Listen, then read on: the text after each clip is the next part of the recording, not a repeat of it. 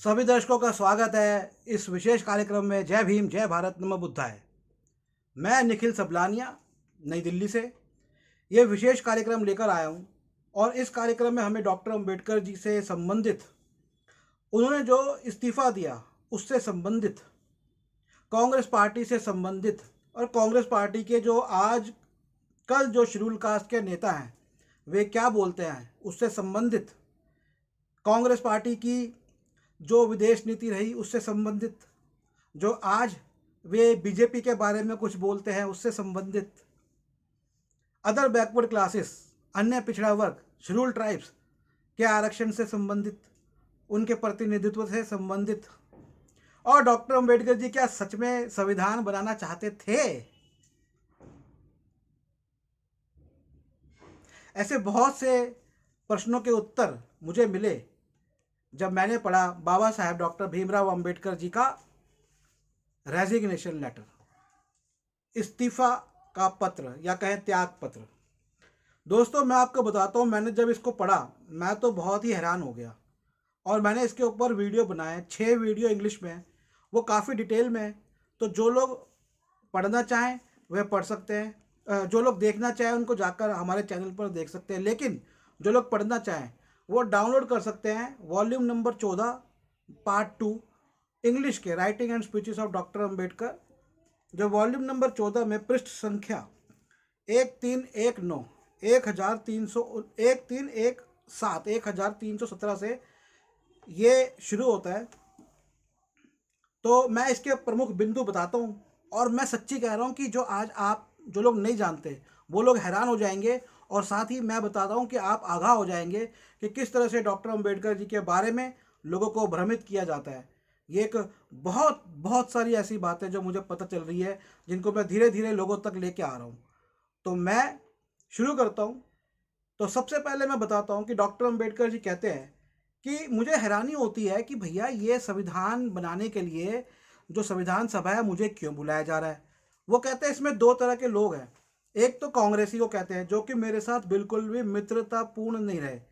तो डॉक्टर अंबेडकर जी कहते हैं कि कांग्रेसी मेरे साथ मित्रतापूर्ण नहीं रहे, और दूसरे जो विरोधी हैं, विरोधी में जैसे कि उस समय आरएसएस थी और हिंदू महासभा थी, और जो आज धीरे धीरे चल के जो पार्टियां जनसंघ जनता पार्टी और भारतीय जनता पार्टी में तब्दील हो गई है, तो ये विरोधी और जो कांग्रेसी थे उसमें मित्र नहीं थे, उसमें भी उनके विरोधी थे कि ये लोग मिलके मुझे क्यों बुलाना चाह रहे हैं। मैं खुद आश्चर्यचकित हुआ, ये बात आपको समझने की है। और वो कहते हैं मैं इसलिए आया क्योंकि ये राष्ट्र निर्माण के अंदर मुझे बुला रहे थे, तो राष्ट्र को बनाना है और राष्ट्र निर्माण में बनाना जरूरी है मुझे। इसके अलावा, इस पत्र के अलावा जो मैंने पढ़ा डॉक्टर अंबेडकर जी को, उसमें 2-3 बातें आपको बता देता हूँ। डॉक्टर अंबेडकर जी की फेडरेशन थी schedule caste federation. Schedule caste federation ने 1930 में जब स्थापित हुई, 8 अगस्त 1930 को इसका पहला अधिवेशन हुआ, तभी ये प्रस्ताव रख दिया था कि हमें संविधान के अंदर हमारे जो बचाव है, जो हमारे अधिकार है, वो संविधान में चाहिए। 1935 के एक्ट में ये नहीं डाला गया। फिर डॉक्टर अंबेडकर जी ने फिर कहा, फिर उसके बाद अंग्रेजों ने ये कहा कि कोई भी जो संविधान बनेगा, जब संविधान बन रहा था और उससे पहले जो स्थिति थी उसमें सिर्फ 2 ही पक्ष थे, एक हिंदू पक्ष एक मुस्लिम पक्ष। लेकिन उन्होंने कहा कि जो भी संविधान बनेगा वो दलित पक्ष या फिर शेड्यूल कास्ट का जो पक्ष है, शेड्यूल कास्ट के पक्ष के बिना वो संविधान नहीं बनेगा। ये अंग्रेजों ने डिक्लेयर कर दिया था, ये भी एक बात है। तो जब उन्होंने डिक्लेयर कर दिया, और भी कई बातें होंगी, लेकिन यहाँ पर जो डॉक्टर अंबेडकर जी ने लिखा है, देखिए मैं आपसे सबसे यही गुजारिश करूँगा, कोई भी इंसान बोले, चाहे मैं भी बोलूँ, आप मत मानिए बात। मैं आपको रेफरेंस दे रहा हूँ, पृष्ठ संख्या 1317 से आप शुरू करिए। Writing and speeches, black colour की जो किताब है आप देख लीजिए, वॉल्यूम 14 पार्ट 2, ठीक है। 14वें का 2 किताबें हैं, 14वें भाग, 3 किताबें, आई थिंक 3 या 2 किताबें होंगी। उसमें जो दूसरी किताब है 14 नंबर खंड की, वॉल्यूम की, और ये जो प्रकाशन है ये 2019 का है। सबसे पहले प्रकाशित होता 1979 में। अब मुझे हिंदी नहीं आती, 79 79 होगा ना, ठीक है। तो अभी आते हैं कि अब जो लिखा है उन्होंने, ये जो मैंने आपको थोड़ा बताया, ये भी उन्होंने लिखा हुआ है तो इस चीज़ को आप पृष्ठभूमि मान के चलिए कि ऐसा एक बाध्यता थी अंग्रेजों पर, क्योंकि फेडरेशन का एक फिर 1942 में अधिवेशन हुआ था बहुत बड़ा, 75,000 लोग आए थे उसमें, शेड्यूल कास्ट फेडरेशन का। तो शेड्यूल कास्ट फेडरेशन के अंदर जो 75,000 लोग आए थे उसमें 20 से 25,000 तो महिलाएं थी। तो उन्होंने डिक्लेयर कर दिया था कि भैया हम संविधान के अंदर चाहते हैं जो भी हमारे अधिकार हो। अब बात यह है कि डॉक्टर अंबेडकर जी अपने त्याग पत्र में क्या लिखते हैं। तो सबसे पहले वो लिखते हैं कि मुझे बड़ी हैरानी हुई कि मुझे बुलाया गया, कांग्रेसी मेरे मित्र नहीं है, विरोधी मुझे चाहते नहीं है, लेकिन फिर भी राष्ट्र को बनाने के लिए मैं आ जाता हूँ आगे, संविधान को बनाने के लिए। लेकिन इसके बाद डॉक्टर अंबेडकर जी कहते हैं कि मुझे ये पंडित जवाहरलाल नेहरू जो तब के प्रधानमंत्री थे, उन्होंने ये आश्वासन दिया कि मैं आपको प्लानिंग डिपार्टमेंट, जो परियोजना तैयार होती है देश की, उसके डिपार्टमेंट के अंदर लूँगा। और उन्होंने ये भी कहा कि मेरा लॉ मिनिस्टर बनने का, कानून मंत्री बनने का कोई मुझे उसमें कोई रुचि नहीं थी। तो आज जो लोग बात ये कहते हैं ना कि डॉक्टर अंबेडकर जी पहले कानून मंत्री, वो तो कह रहे हैं भैया मेरी तो कोई रुचि नहीं थी। मैं यहाँ पर एक और बात ऐड करूँगा, इस बात की भी जांच होनी चाहिए कि डॉक्टर अंबेडकर जी संविधान निर्माता, भारत का संविधान सर्वोपरि है, ये बातें किसने फैलाई हैं? ये डॉक्टर अंबेडकर जी ने नहीं फैलाई। ये मुझे जो लगता है वो ये है कि कांग्रेस ने जानबूझकर फैलाई है। वही कांग्रेस जो आजीवन बाबा साहेब जी का विरोध करती रही, और उसी कांग्रेस ने ऐसा जोड़ा, जबकि सच तो ये है कि जब तक संविधान सभा चली तब तक शेड्यूल कास्ट और शेड्यूल ट्राइब का जो रिजर्वेशन है, जो उनके प्रतिनिधित्व है, उसके बारे में लिखा ही नहीं गया।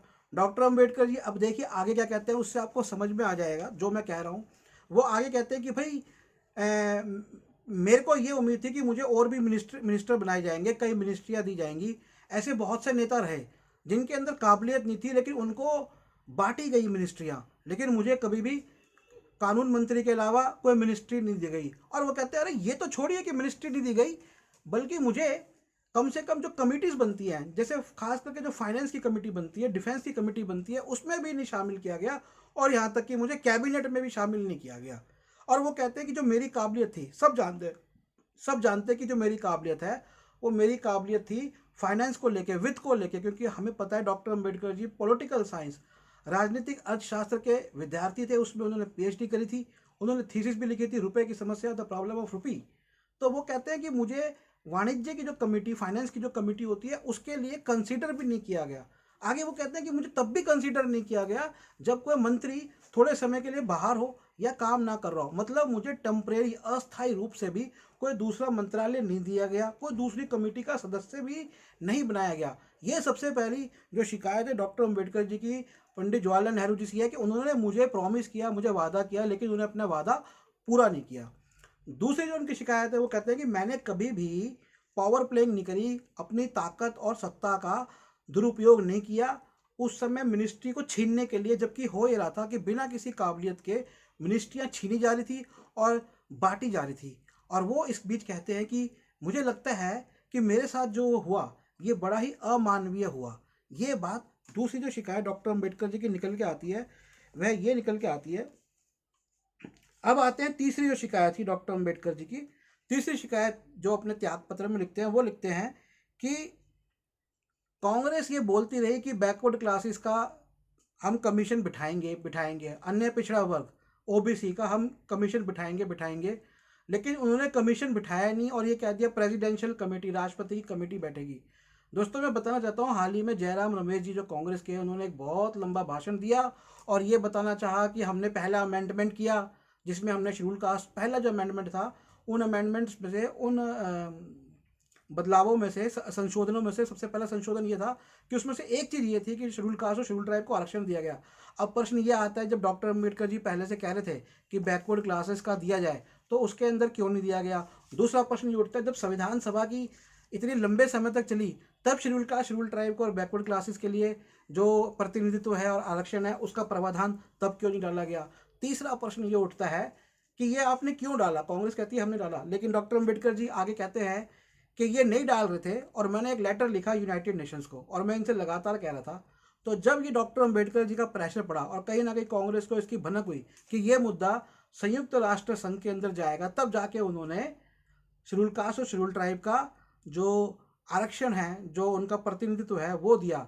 एक बहुत महत्वपूर्ण बात कहते हैं लोग, जो कहते हैं राजनीति के लिए कि राजनीति के अंदर जो प्रतिनिधित्व है शेड्यूल कास्ट का, वो सिर्फ 10 वर्षों के लिए। लेकिन डॉक्टर अम्बेडकर जी का मैंने पढ़ा एक जगह, उन्होंने कहा पूना पैक्ट जो साइन हुआ है, आप ये बात ध्यान रखिए कि ये सारे जो प्रतिनिधित्व मिल रहे हैं। और साथ में एक और बात है कि जब वो शेड्यूल कास्ट की बात करते थे तो शेड्यूल ट्राइब को काउंट करते थे, कई जगह पे नाम नहीं लेते थे लेकिन वो काउंट करते थे, क्योंकि शेड्यूल कास्ट 5 करोड़ था तो शेड्यूल ट्राइब 2 करोड़ था, तो वो जनसंख्या 7 करोड़ बताते थे। तो वो कहते हैं कि ये जो प्रतिनिधित्व है पूना पैक्ट के हिसाब से, इसकी कोई तय सीमा नहीं है। तो ये भी एक डॉक्टर अम्बेडकर जी ने एक अलग जगह बताई है, मेरे पास वो उसका रेफरेंस भी है, तो वो मैं आपको चाहेंगे तो आपको बता दूंगा। अब आते हैं इस पर कि तो डॉक्टर अम्बेडकर जी कहते हैं कि भाई आप कमेटी के लिए बोलते रहे, तो और जैसा मैंने अभी बताया कि जयराम रमेश जी ने क्या बोला, उन्होंने कहा हमने पहला अमेंडमेंट किया और हमने SC ST को आरक्षण में जगह दी उनके अधिकार के लिए। अरे आपने तब दी जब डॉक्टर अम्बेडकर जी आपको बोल रहे थे वो यूनाइटेड नेशन में जाने वाले थे, तो आपने दी, क्योंकि अगर ये मुद्दा यूनाइटेड नेशन में चला जाता तो देश की पूरी किरकिरी होती। दूसरी बात ये कि वो ये कहते हैं जयराम रमेश जी आज की डेट में कि भाई हमने जो है ना वो राज्यों के बोल दिया, राज्यों की कमेटी बिठाई, कमीशन बिठाए और राज्यों में आ गया। तो सच बात तो ये है कि 2005 तक, और कांग्रेस का जो कांग्रेस का जो कार्यकाल है ना, आप 1947 के बाद मत देखिए, इससे पहले भी कांग्रेस थी। और डॉक्टर अम्बेडकर जी कहते हैं कि जो इससे पहले कांग्रेस थी उसने जमीन पे जो कर लगता है भूमि कर, वो बढ़ा दिया था। यकीन करेंगे आप, वो कहते हैं इन्होंने भूमि कर बढ़ा दिया था। और वो कहते हैं जो पहले जो कांग्रेस थी आज़ादी से पहले, जिसे हम कहते हैं ये कांग्रेस किसी अन्य दल को एक पार्टी भी नहीं करने देती थी। मतलब अपनी जो सम्मेलन होता है या बैठक होती है जाके खड़े हो जाते थे कांग्रेसी और उनको जबरदस्ती वो सम्मेलन रोकते थे। ऐसा एक प्रसंग डॉक्टर अम्बेडकर जी ने कहा है कि जब वो शेड्यूल कास्ट के अधिकारों के लिए जा रहे थे लंदन राउंड टेबल कॉन्फ्रेंस पे, गोलमेज सम्मेलन में, और एक सम्मेलन हुआ बॉम्बे में, तो कांग्रेसी आ गए उस सम्मेलन को, नहीं तो वहाँ पर एक और सम्मेलन हो रहा था और वो कांग्रेसियों ने बुला दिया, ये कह के कि ये जो है ना ये डिप्रेस्ड क्लासेस का जो आज शेड्यूल कास्ट कहते हैं उनका सम्मेलन है। तो डॉक्टर अम्बेडकर जी कहते हैं मैं गया और मैंने वहाँ पे पूछा बताओ कौन कौन है इसके अंदर डिप्रेस्ड क्लास वाले, वो आओ मेरे साथ। और वो कहते हैं फिर हमारे लोग वहाँ गए समता सैनिक दल के और उस पंडाल को बिल्कुल तहस नहस कर दिया, यहाँ तक कि हमने वहाँ से कुर्सियाँ भी उठा ली। डॉक्टर अम्बेडकर जी ये भी कहते हैं कि मैं अहिंसा उसे नहीं मानता कि जो अहिंसा आप चुपचाप चाटा खा लो, वो कहते हैं मैं अहिंसा मानता हूँ जो संत तुकाराम ने कही है कि क्रूर को अत्याचारी को ख़त्म करना भी अहिंसा है, और अगर आप चुपचाप सह लेते हो क्रूर और अत्याचारी को ख़त्म नहीं करते तो अहिंसा नहीं है। ये भी डॉक्टर अम्बेडकर जी ने कहा है। तो इसलिए मैं आपको कांग्रेस का भी चरित्र जो डॉक्टर अम्बेडकर जी की कथनी से निकल के आ रहा है, मैंने इसमें कुछ भी अपना बिल्कुल भी ऐड नहीं किया है, कुछ भी नहीं जोड़ा है, जो लिखा हुआ है हर चीज़ लिखित रूप में है, प्रकाशित भी कांग्रेस द्वारा किया गया है। ये भी मैं आपको बता दूं, सबसे पहले महाराष्ट्र सरकार ने किया, फिर जब कांग्रेस जाने लगी सत्ता से तो खुश करने के लिए उन्होंने कुछ प्रकाशन कर दिया। उसके साथ कई सालों बाद जाकर 2014 में वो बिल लेकर आए महिला प्रथा खत्म करने का। उससे पहले उनको याद नहीं आया कि देश में महिला प्रथा चल रही थी, हाथ से जो महिला प्रथा, जो हाथ से गंदगी ढोने की जो प्रथा होती है। तो ये डॉक्टर अम्बेडकर जी जगह जगह पे अपने, मैं भी इसलिए बातें ऐड कर रहा हूँ क्योंकि डॉक्टर अम्बेडकर जी भी जगह जगह पे अपनी ये बातें बताते हैं। लेकिन मेरी बातों का मतलब ये ना निकालें कि बीजेपी को दूध की धुली हो गई, क्योंकि अल्टीमेटली ये वही शक्तियाँ थी जो कि डॉक्टर अम्बेडकर जी का शुरू से विरोध करती थी। लेकिन कांग्रेस आज बहुत दूध की धुली बनती है और उनके नेता भी आते हैं। तो मैं इसलिए ये सब दर्शकों को जानकारी भी देना चाहता हूँ जो डॉक्टर अम्बेडकर जी ने दी है अपने टाइम पे। अब इसके बाद वो ये कहते हैं कि जो शेड्यूल कास्ट का जो था, जो जैसा मैंने बताया कि उसके अंदर भी वो दे नहीं रहे थे और प्रॉमिस कर रहे थे। और जब मैंने यूनाइटेड नेशन ऑर्गेनाइजेशन को, संयुक्त राष्ट्र संघ को जब मैंने पत्र लिखा, तो वो फिर जो है ना पत्र लिखा तो उनको पता लगा होगा या तो फिर इसके बाद जो है ये दिया गया। और फिर वो कहते हैं, फिर जो चौथी बात है, तो चौथी बात की उन्होंने जो त्याग पत्र दिया उसका कारण वो बताते हैं कि आरक्षण आने के बाद भी नौकरियां भरी नहीं गई।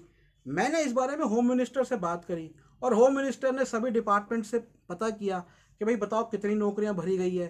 तो उत्तर आया निल बटा निल, मतलब कोई नौकरियां, लगभग कोई भी नौकरियां आरक्षण आने के बाद भी नहीं भरी गई। तो जो आज लोग बोलते हैं कि हमें बाबा साहेब जी ने क्या दिया क्या दिया क्या दिया, मैं उनको बताना चाहता हूँ कि बाबा साहेब जी ने सब कुछ दिया, नौकरियाँ दी, सब कुछ दिया। आप ये समझ ही नहीं सकते उन्होंने क्या दिया। आपके अंदर वो काबिलियत आज तक पैदा नहीं हुई। अगर आप में काबिलियत पैदा हो जाती है तो आप इस देश के शासक बन जाते तो आप इस देश से पूंजीवाद खत्म कर देते।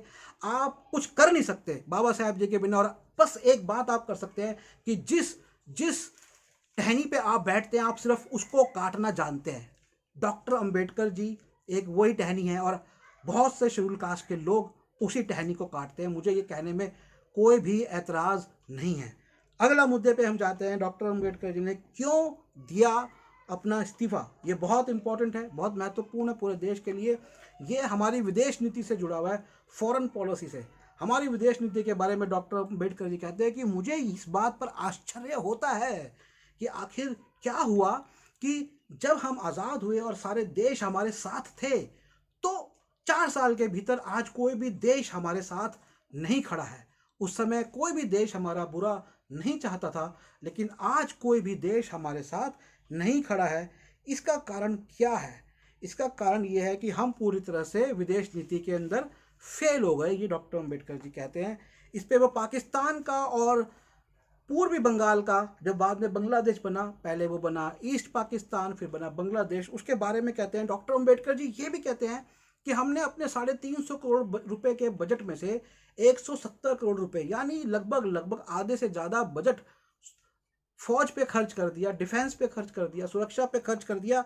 क्या ये इतना जरूरी था? और वो कहते हैं कि हमने क्यों सिर्फ और सिर्फ कश्मीर पे ध्यान दिया, जबकि बहुत ज़्यादा अत्याचार जो हिंदुओं पर हो रहे थे वो बांग्लादेश के साइड, जो आज का जो बांग्लादेश है, ईस्ट बंगाल जिसे बोलते हैं, पूर्वी बंगाल में हो रहे थे। आपने वहाँ पर ध्यान नहीं दिया। और हमें पता है कि बाद में 1971 में एक बार हिंदुओं का जत्था करोड़ों हिंदू 1971 में शरणार्थी बन के भारत में आए। और हाल ही में भी जो हिंदुओं पर निरंतर वहाँ पर अत्याचार हुए, तो डॉक्टर अंबेडकर जी कहते हैं आपने सारा ध्यान कश्मीर को दे दिया। कुछ लोग ये कहते हैं, ये मैं कुछ लोगों की बात बता रहा हूँ जो मैंने टीवी पर देखी, वो कहते हैं कि भाई ये जो क्षेत्र है ना कश्मीर का, ये नेहरू जी का जन्म स्थान है, इसलिए वो विशेष उसको चाहते थे। और भी कई कारण हो सकते हैं। उस समय डॉक्टर अंबेडकर जी ने एक प्रस्ताव रखा था, उन्होंने कहा था, लेकिन इस प्रस्ताव के साथ उन्होंने ये भी कहा था कि इस पे भी ध्यान देने की बात है कि ये जो कश्मीर है इसका जो मुस्लिम्स का एरिया है, मुसलमानों का एरिया पाकिस्तान को दे दो, आगे उनकी मर्जी है वो अलग रहें या ना रहें। जो हिंदू और बौद्धों का एरिया है वो आप भारत में ले लो। लेकिन साथ में वो ये भी कहते हैं कि अगर वो क्षेत्र चला गया और उसके अंदर हिंदू बौद्ध और सिख भी चले गए तो उनके साथ भी वही अत्याचार होगा। तो यहाँ पर डॉक्टर अंबेडकर जी एक डिसीजन नहीं देते हैं, वो आपको सिर्फ सोचने की बात करते हैं। लेकिन दोस्तों साथ में ये भी याद रखना है, तब की बात थी, ये अब की बात नहीं है। उस समय एक ऐसी कई विभीषिका हुई थी जिसकी पोल बाद में खुली। जैसे एक जगह 14,000 लोगों में से कश्मीर में, जब पाकिस्तान के आतंकवादी, बेसिकली वहाँ की फौज थी, जब वो घुसी, एक कमांडर ने बाद में किताब प्रकाशित करी कि हमने एक रात में 14,000 में से 13,000, 9,000, 14 में से 11,000 को मार दिया। और उसमें हिंदू भी शामिल थे, सिख भी शामिल थे और उसमें मुसलमान भी शामिल थे, क्योंकि वो मुसलमान जो हिंदू और सिखों को शरण दे रहे थे तो वो भी शामिल थे। तो ये बात हालांकि उस समय की है, ये जो खबर थी ये बाद में, बहुत काफ़ी बाद में उसकी किताब में निकल के आई है। तो हज़ारों की संख्या में, लाखों की संख्या में हिंदू को मार दिया गया। और अब हमें पता है कि कश्मीर का जो मुद्दा है वो आज हम तय कर चुके हैं कि हमें क्या करना नहीं करना। हालांकि ये बहुत पुरानी बात है, ये तो 1951 की बात है जब डॉक्टर अंबेडकर जी लिख रहे थे। तो पर उन्होंने जो लिखा है मुझे मेरा बताना मेरा फ़र्ज है, इसलिए मैं आपको बता रहा हूँ। एक और उनकी और बात थी कि वो कहते थे कि जब शेड्यूल कास्ट की जो बात आती है तो उनका ध्यान रखने से ज़्यादा मुसलमानों का ध्यान कांग्रेस रखती है, जबकि मुसलमान मजबूत हैं। वे मुसलमान को बुरा नहीं कह रहे थे, वो ये कह रहे थे कि क्योंकि वो मजबूत हैं, वे अपनी सुरक्षा अच्छे से कर सकते हैं, वे अपने जीवन को अच्छे से कर सकते हैं। क्योंकि उन्होंने ये भी कहा कि इन्होंने इतने सालों तक राज किया है तो वे मजबूत हैं। पर सभी जानते हैं कि जो शेड्यूल कास्ट के लोग थे, शेड्यूल ट्राइब के लोग थे, वे कमज़ोर थे, पर उनका ध्यान कांग्रेस नहीं रखती, ये बात उन्होंने कही।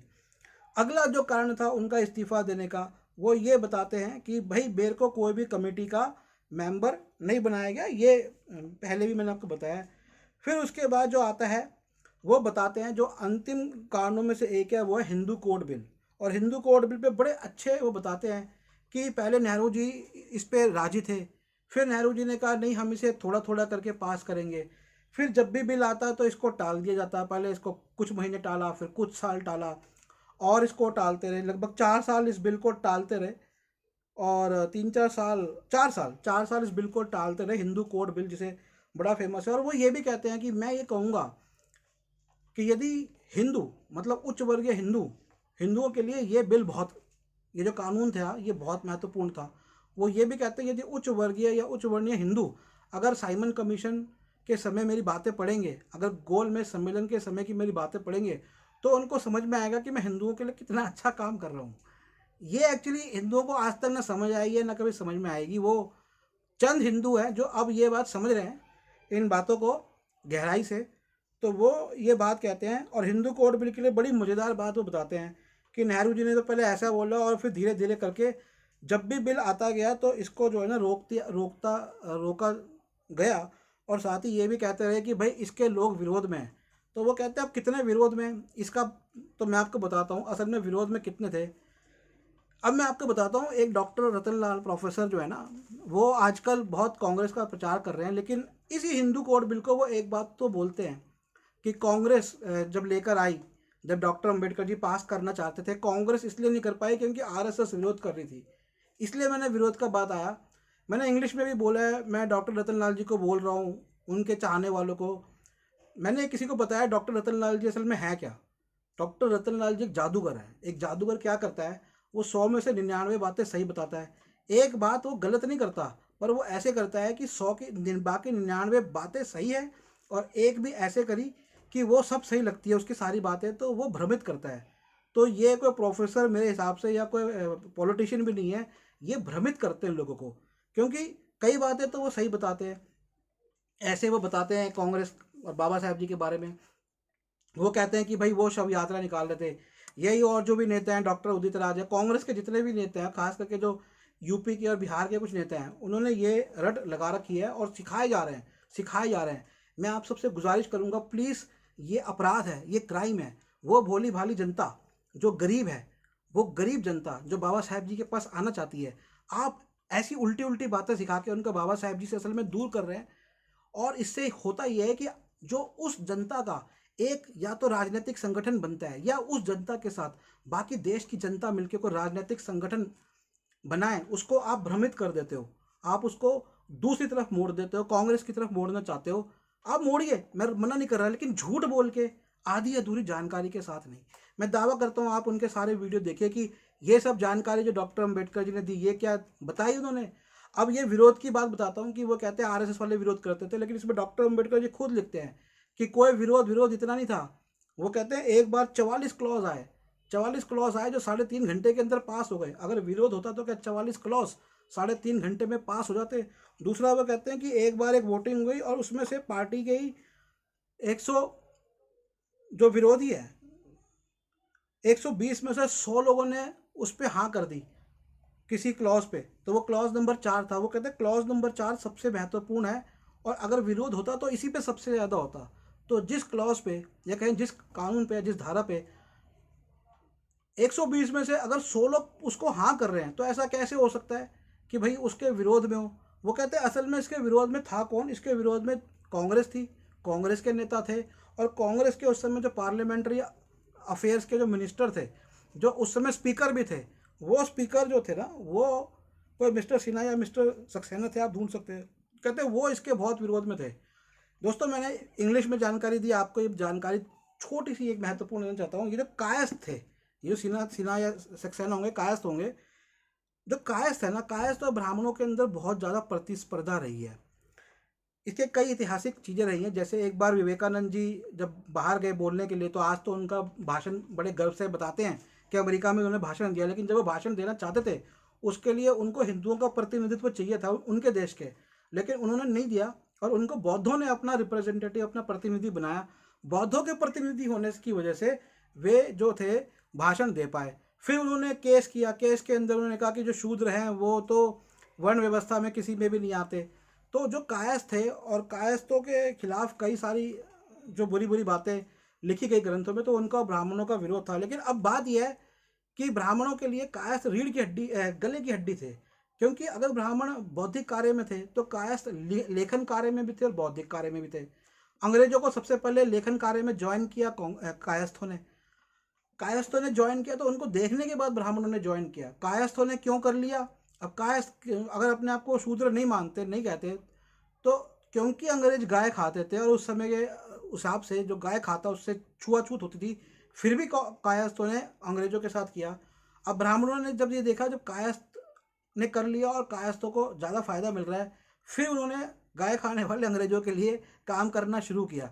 यहाँ से फिर प्रतिस्पर्धा और बढ़ गई, ये और बढ़ती बढ़ती लेकिन मित्रता में बदल गई। लेकिन ये जो दो मित्र है ना, ये गुलाम और मालिक वाले मित्र हैं। मतलब एक जो कानून आपके लिए बनाता है, एक जो सदियों से उस कानून का पालन कर रहा था। तो इसमें क्या होता है कि जो अब स्थिति ये हो जाती है, जो मालिक होता है, गुलाम गुलाम नहीं रहता, लेकिन मालिक की नज़र में तो गुलाम ही रहेगा। लेकिन अब गुलाम क्या है, गुलाम को आप हटा भी नहीं सकते और गुलाम को आप या तो मित्र बना सकते हो। तो इनकी आपस में बड़ी अच्छी मित्रता हो गई। इसलिए आप देखेंगे आरएसएस के बहुत सारे स्पोक्स पर्सन आज कायस्थ हैं। कायस्थ लोग आप देखेंगे बहुत ज़्यादा हिंदू धर्म का प्रचार करते रहते हैं। तो यही इसका कारण है। तो अब लेकिन बात इस इतिहास के ऊपर आते हैं, तो यहाँ पर क्या हो रहा था कि बाबा साहेब जी एक स्टेटमेंट लिखते हैं। तो वो कहते हैं कि मैंने कभी भी ऐसा चीफ विप, मतलब जो रोकता है, जो पार्लियामेंट चलाता है, उसको जो नियंत्रण करने वाला, कहते हैं आज तक भी मैंने कभी भी इतना धोखेबाज, डिसलॉयल, ठीक है, वो नहीं देखा जो प्रधानमंत्री के प्रति इतना धोखेबाज हो। लेकिन साथ ही किसी धोखेबाज विप, किसी धोखेबाज नियंत्रण करने वाले के साथ इतना लगाव रखने वाला, इतनी लॉयल्टी रखने वाला मैंने प्रधानमंत्री भी नहीं देखा। तो ये जो नेहरू थे, ब्राह्मण थे, और जो कायस्थ जो ये थे, उनके बीच में जो साठगांठ है, ये वर्ण व्यवस्था से बाद जो अब नई परिस्थितियां हो रही है ना, उसकी साठगांठ है। मैं आपको ये भी बताना चाहूँगा, डॉक्टर राजेंद्र प्रसाद जो खुद कायस्थ थे, तो पंडित जवाहरलाल नेहरू जी ने एक 2500 वर्ष हो गए भगवान बुद्ध के जन्म को, उस पर एक बहुत बड़ा भव्य कार्यक्रम किया था। उस कार्यक्रम को राजेंद्र प्रसाद जी चाहते नहीं थे कि वे कार्यक्रम आगे हो। तो ये बातें थी और इसलिए फिर डॉक्टर अम्बेडकर जी ने अपना इस्तीफ़ा दिया। इसमें एक बात वो ये भी कहते हैं कि भैया नेहरू जी मेरे स्वास्थ्य के बारे में बात करते हैं, लेकिन ऐसा कुछ नहीं है। मैं ऐसा व्यक्ति हूँ कि मैं कभी भी अपने स्वास्थ्य को लेकर अपनी जो ड्यूटी है वो छोड़ना नहीं चाहूँगा, अपना कर्तव्य का पालन करना चाहूँगा। आगे वो रेफरेंस देते हैं कि नेहरू जी ने पहले तो ये बोला कि भाई ये बिल मेरे लिए बहुत ज़रूरी है, फिर उनकी एक हल्की स्टेटमेंट हो गई, फिर और हल्की स्टेटमेंट हो गई, तो ऐसा उन्होंने बोला। तो ये थे डॉक्टर अम्बेडकर जी के कारण त्याग पत्र देने के। उम्मीद है कि ये मैंने आपको संक्षिप्त में बताया, आप जाके इसे पढ़ सकते हैं। और यदि आप डॉक्टर अम्बेडकर जी की पुस्तकें चाहते हैं पढ़ना, तो मुझसे भी संपर्क कर सकते हैं। मेरा मोबाइल नंबर है 8527533051। एक और नंबर है 8851188170। एक और नंबर है जो व्हाट्सएप चलता है 8447913116। और हमारी वेबसाइट है nspmart.com। मैं निखिल सबलानिया, नई दिल्ली से। उम्मीद है कार्यक्रम आपको पसंद आएगा और सुपर करके आप यहीं से सीधा यूट्यूब पे सुपर पे जाके टच करेंगे और आप हमें ज़्यादा से ज़्यादा डोनेशन भेज सकते हैं। 1600 रुपये की हमारी लीडरशिप प्रोग्राम वाली मेंबरशिप है, जहाँ पे स्पेशल वीडियो बनेंगे लीडर्स के लिए, बड़ी अच्छी अच्छी बातें और बाबा साहब जी को बनाई जाएगी। वो मेंबरशिप आप 1600 रुपये वाली कृपया जरूर लें, और जो वो नहीं ले सकते तो कम वाली मेंबरशिप लें और पुस्तकें लेकर जरूर पढ़ें। जय भीम, जय भारत, नमो बुद्धाय।